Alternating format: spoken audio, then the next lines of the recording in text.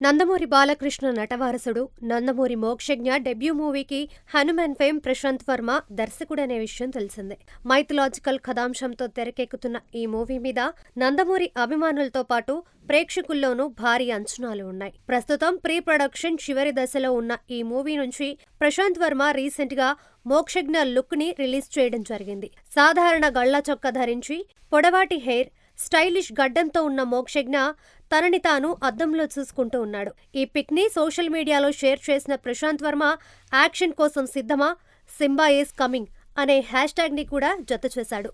ఈ ఫోటో ఇప్పుడు నెట్టింట వైరల్ గా మారడమే కాకుండా నందమూరి ఫ్యాన్స్ అయితే మోక్షజ్ఞ లుక్ సహజమైన తేజస్సుతో పాటు మోక్షజ్ఞ యొక్క ఆత్మ విశ్వాసాన్ని కూడా చూపేలా ఉందంటూ కమెంట్స్ చేస్తున్నారు. ప్రెజెంట్ ఈ లుక్ సోషల్ మీడియాలో ట్రెండింగ్ లో కూడా ఉంది.